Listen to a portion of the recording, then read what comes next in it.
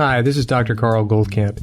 If you're interested in learning about the ketogenic diet like I was, to save my own life, then this is probably the podcast for you. 8 years ago, I knew nothing about it. 6 years ago, it saved my life. 3 years ago, I started researching and talking with some of the authorities in the field and attending medical conferences about this to understand why and how keto so dramatically changed my and my wife's Judy's lives. The purpose of this podcast is to share our journey of discoveries with you in understanding how keto is so effective in improving so many different conditions, from obesity, epilepsy, diabetes, infertility, MS, Alzheimer's, heart disease, to name a few. So take a step away from all the hype you've probably heard and roll up your sleeves with me and join me weekly to explore this living miracle that anyone can access. We'll talk science, we'll talk food. We'll explore its history and evolution to today, which is that the sheer wonder of the ketogenic way of eating has changed untold number of lives, unlike anything before it. And in case I forget to mention it, please join our Facebook group, Keto Naturopath. Hi, this is Dr. Goldkamp, and welcome back to another episode of the Keto Naturopath. Today I'm going to try something different. I hope you find it interesting. It's actually a serious topic that we're going to go over, and it's about mental illness in the U.S., if not worldwide. But it's become, not just because of COVID, not just because of the pandemic, but it's getting another focus of a lot of things have gotten worse over the pandemic. But this is about mental illness, which are things such as severe depression, bipolar, schizophrenia, obsessive compulsive disease, etc., disorders, So I'd like to tackle it by a few other audio clips that would be worth listening to, one out of a comedy and the other actually out of a PBS special that's coming up in the month of June to focus on this issue, to give you a little bit different orientation, and then we'll go into what I think should be and could be done to help manage such a situation. So the first is, to set it off with a little levity, if there is some, is from a Netflix movie series called The Kaminsky Method. It's an older woman who was hoping to have children with an older man, and the main character found this was kind of funny, and they're sharing this story. So here we go. Now, when you say having a baby, you mean like adopting? No, I mean like having a baby. Right. Of course, we had to put it on hold until I was off my medication. We didn't want Norman Jr. having 3 heads and a tail. No, we wouldn't. No. I don't mean to pry, but what kind of medications are we talking about? For depression. Oh, yeah. And bipolar. That's too. And a little schizophrenia. Wow. That's the hat trick. Why I point that out, those are 3 things that are, at least in my line of work, what I've seen over the last 20 years is that those are closely related. I don't mean just in terms of mental disorders, but I'm speaking of SNPs, a genomic predisposition to that. And I've often wondered, why is it when malnourishment, meaning when people don't get the nutrition, I don't mean the calories, that they should be getting, why is it that there's an increase in mental illnesses and emotional disorders, they call it. It's still a vague, even though it's in a DMS diagnosis that is required for this, those 3 specifically, and you could throw in obsessive compulsive would be the 4th, and that would be, they're very closely related. And they're very closely related to the methylation cycle and folate acid cycle. I know this sounds technical, but it's not really. If you go through our program, we've all get oriented to this because this is the heartbeat of how we produce the next cells, how do we be healthy. So methylation is turning genes on and off. And so to have irregularities in this particular process tends to, per my perspective, show up first in mental illnesses, that people will be depressed. And then, of course, they'll get into more severe depression. But this is the first thing that people will start to report. And in fact, so it has to do with B12 and it has to do with folic acid. We'll leave it at that. And it has to do with, and some people have a problem in being able to appropriately methylate these particular things so they then can go on and be used in turning genes on and off. So consequently, we get these situations. But The other level here is often medications exacerbate these particular people who have these problems with methylation, their genome.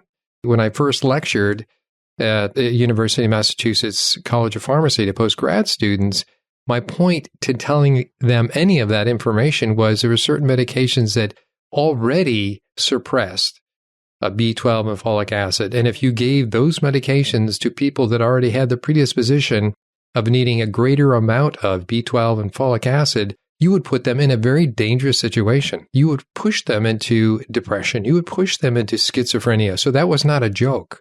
That was a reality. And so knowing these two things together were very important. I still don't know if people in general, pharmacists in general, have any sort of awareness of that. But for this particular class, seminar that I was teaching, was asked to teach, was important to make this connection and therefore not make people more vulnerable to these predispositions by giving them medications that would make it even worse, compound their situation. All right, so next I want to go to, it's really just a plug for a series coming up on PBS, Public Broadcasting Services, and that is, and I'll just read it to you, it's called, and you'll hear an audio clip as well, it's called The Mysteries of Mental Illness Preview, and this is what the previews we'll listen to. It says, The Mysteries of Mental Illness, airing on PBS in June 2021, explores the story of mental illness in science and society. The 4-part series traces the evolution of this complex topics from its earliest days to present times.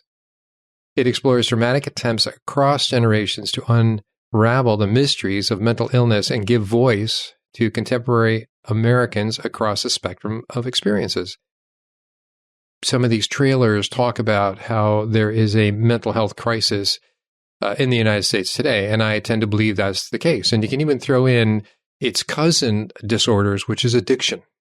Drug addiction or addiction in general has amped up, certainly over the pandemic. But let's take a listen. And this first person, it's interesting. She is a professional boxer at the top of her game, and yet there are issues.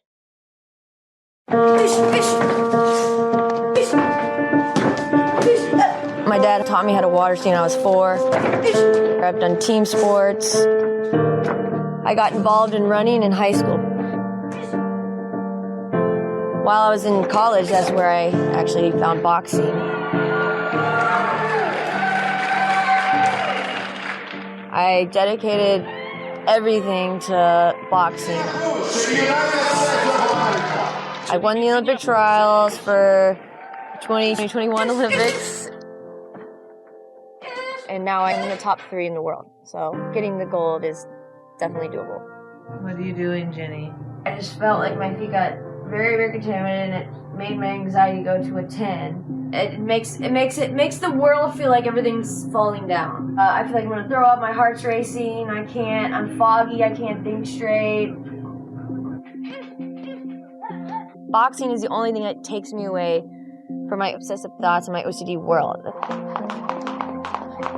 Like, I know I'm a strong-willed person, and I have good self-control when it comes to boxing. When it comes to my OCD, it's like no self-control. I use like 8 to 12 toothbrushes in one session because I might brush it for 10 seconds and be like, oh, brush feels contaminated. I don't know why. I get this thought, it feels contaminated, throw away, grab a new one.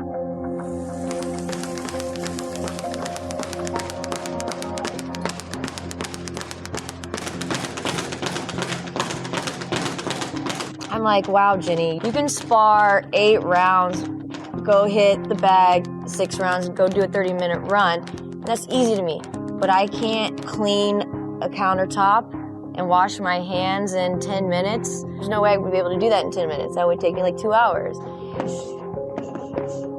There's always a constant battle in my head, like, Jenny, let's stop. But I can't stop, even though I want to so bad.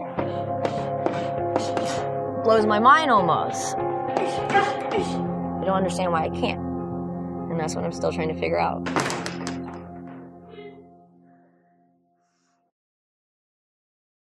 So it's a real situation of people. So when I look at a case like that, a person like that, but not a case, that I would say, I would love to see what they're eating. You know, part of that's where I go right away. And in the most simplistic sense, I would be looking at their blood sugar levels when they're not fighting. Obviously, when they're fighting and they're exercising, it's a whole different pattern.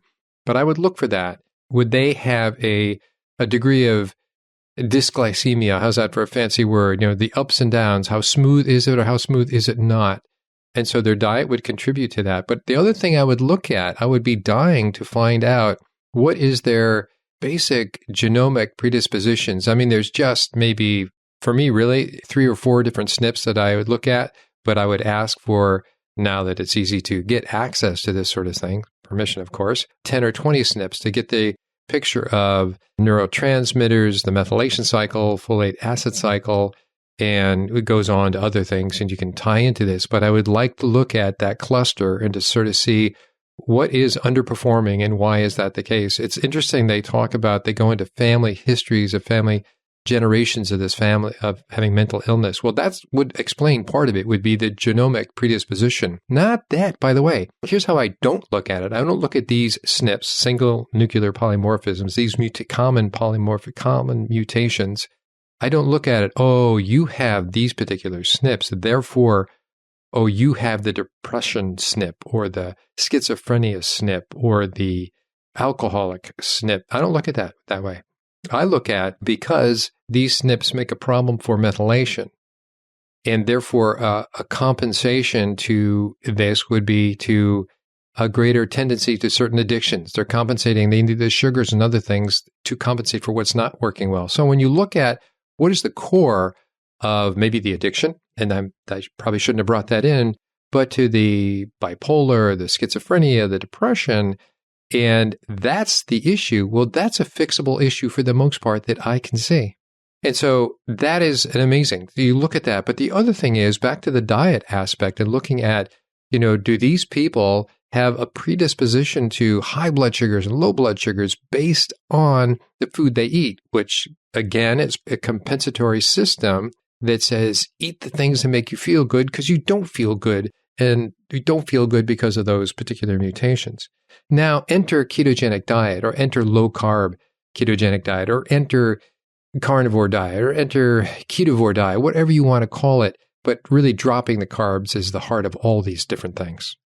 And so if you had such a person to come into and get on the ketogenic diet, such as is being studied in some hospitals now in this country, at least one up in Boston. If you remember the conversations I had with Dr. Palmer, many people are excited about this. There's even that whole field of nutritional psychiatry. And so when you look at this, what are they looking at? If you can get a person away from the carbs, you will then remove that dysglycemia, the ups and downs, the troughs and the peaks that are out of control of blood sugar. They become more level. A whole different personality will take hold, will become more calm and more aware. In addition to that, if this person now is starting to produce ketones, and they don't have to be very high, but the fact that ketones are at least part of their energy system, as it should be, suddenly there's kind of a blissed out, because we know that ketones affect GABA. GABA is the calming neurotransmitters. And so that's a whole nother level. So when you put these two things together, you have tremendous aspect. So I want to go to one more clip, which is another trailer for this PBS series, and it's called Decolonizing Mental Health. I have to read that out loud. So there's a mental health crisis in America, and the bipolar, obsessive compulsive communities are the hardest hit. Now, remember what I just said, the predisposition and also the dietary compensation. I had just gotten to a point where I was functioning with the voices. One night you get 5 hours, but then the next night you get 4, and then find yourself in a hypomanic to manic state. People distanced themselves from me because I didn't understand what was happening. We are seeing disparate experiences based on their race, gender identity, disability. In order to provide something to my people, I can't fail. That's not an option for me.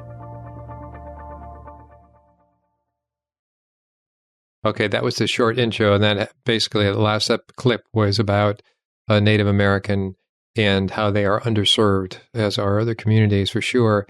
So the point I want to make is there's 2 prongs to this particular part that I look at is one is actually looking at genomic predispositions. And you would find, let's say, take Native Americans. So Native Americans are genetically closer to the Aboriginals, 100 years ago, even 200 years ago. Anyway, those had genes that were more accommodating a carnivore diet. And we can be more specific and talk about the Pima Indians, which are on the border of Arizona and Mexico, and the American side of that particular Native American tribe, the Pima Indians, that they have the highest rate of type 2 diabetes and obesity in the United States, whereas their poor cousins in Mexico that never had that junk food are still closer to what they were eating ancestrally, and the cases for type 2 diabetes and obesity are far, far lower, extremely lower, if they're there at all. So that was kind of a control group for that particular situation. So when you look at Native Americans, I know there's different tribes and so on and so forth, but that they have not been exposed to the processed foods up until, say, 100 years ago, if not 70 years ago. And that makes for a big difference. So when you look at dietary relative to genes, so there's that culture. That's my generalizations about these genes did not develop sensitivity to the garbage food they were eating today. Thank goodness, in a way. Yet, because they didn't, they are most affected, and therefore not only about diabetes and obesity, but also about the mental health, which goes along with these particular genomic mutations that they more than likely have. So when we look at that, one is you can address, to some degree, to a very successful degree, these genomic vulnerabilities. And obviously you can address dietary intake. I mean, you don't have to tie people down, but you have to make that transition. And so in part, what I am saying is that mental health has been induced in our culture, in large part because of the undernutrition that our food now has. Highly processed, undernutrient. Yes, there's calories there, but it's not just calories we're talking about. In fact, that's obviously need calories, but we need the nutrition, which is no longer such highly refined foods, and they're made to be addicted for the most part, whether it's your Cheetos or your Doritos or whatever. But apart from making, the manufacturer's food industry is making these foods more desirable, what they call hyperpalatable, so people eat more of them. They're actually getting less and less and less nutrition. And some of that nutrition is at the critical areas of methylation and neurotransmitters, being able to turn them off and on appropriately. So when you put these two things together, you can most likely create a very successful outcome. I'm hoping that there's some logic in how we develop our health system in the United States, but I'm not quite sure. It's very tilted. Poor don't get enough attention, and consequently, they are the first. These enclaves, pick your race, pick your culture. When any of the cultures stop getting nutrition and just have calories, you will have metabolic disorders, no doubt, across the board. But also, what's not really being spoken about that much is about your genomic predispositions of certain people in those cultures that are the first in that group, first in that colony. They're talking about decolonizing, the first in that group of people that will be most severely affected. As I say, that's where they're going to be the people where the wheels do come off the car. And it's going to be very hard for them to function. So on the outside, it sounds simple. Hey, get nutrition in there. But what I'm saying to verify that this is actually a beatable, a winnable situation is you can get their genomes on a personal basis. You can change their diet on a personal basis, if not collectively. And it would be a wonderful transformation. So when we look at people that have suffered for a long time, for family histories, we have some of that in our family that goes back, or from the Irish and German, but mostly it's on the Irish side, which before that, if you see where do the Irish come from, the Irish are really Scandinavian, right? They're either Dutch or Norwegian, Celts and Scots and Picts and all that.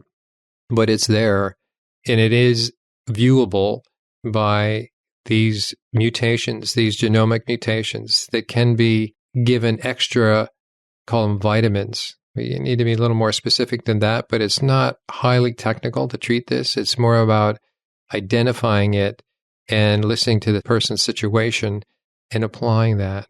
Real straightforward. And then, of course, you look at the diet if they have been eating poor nutrition food. And how I like to say it in the groups that we coach is that it's a famine. In all but calories, it's a famine. And what happens in famines?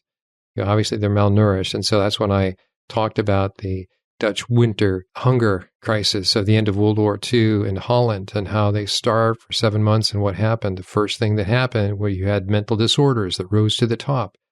And subsequent generations had an increased rates of schizophrenia and others.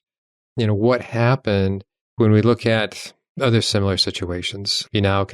Famines from China, certainly you can compare it to, like I did on the podcast with St. Petersburg, the siege of St. Petersburg, siege of Stalingrad.